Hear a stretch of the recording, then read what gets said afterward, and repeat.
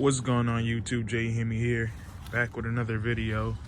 Before we get into the video, I would appreciate it if you guys hit that like button and that subscribe button for me, please. We're on the road to 100 subscribers and it starts with you guys.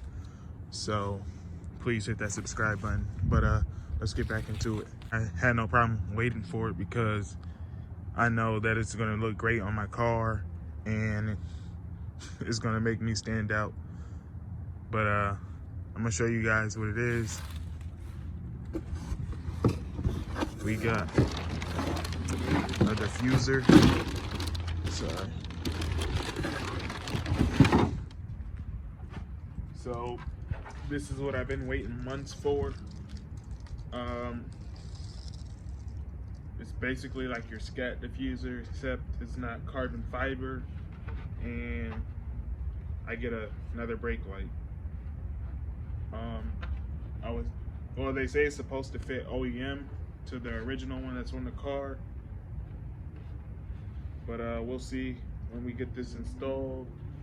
I think I have to drill 1, 2, 3, 4 holes. Yeah, 4 holes, and then 2 right here for the light. I'm not good with wiring, so I'll probably get that taken care of somewhere else.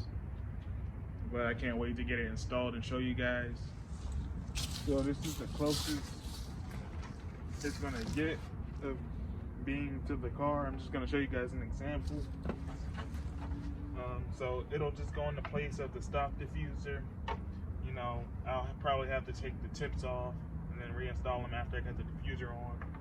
But yeah, the brake light will go right, well, it'll be centered in the middle. Once I get it wired in, I'll install it, and then hopefully it's functional, you know. But yeah, that's just an example of how it's gonna look once I get this. But that's all for this video. Once again, I'd appreciate it if you guys hit the subscribe button, and let's end this video with a cold start.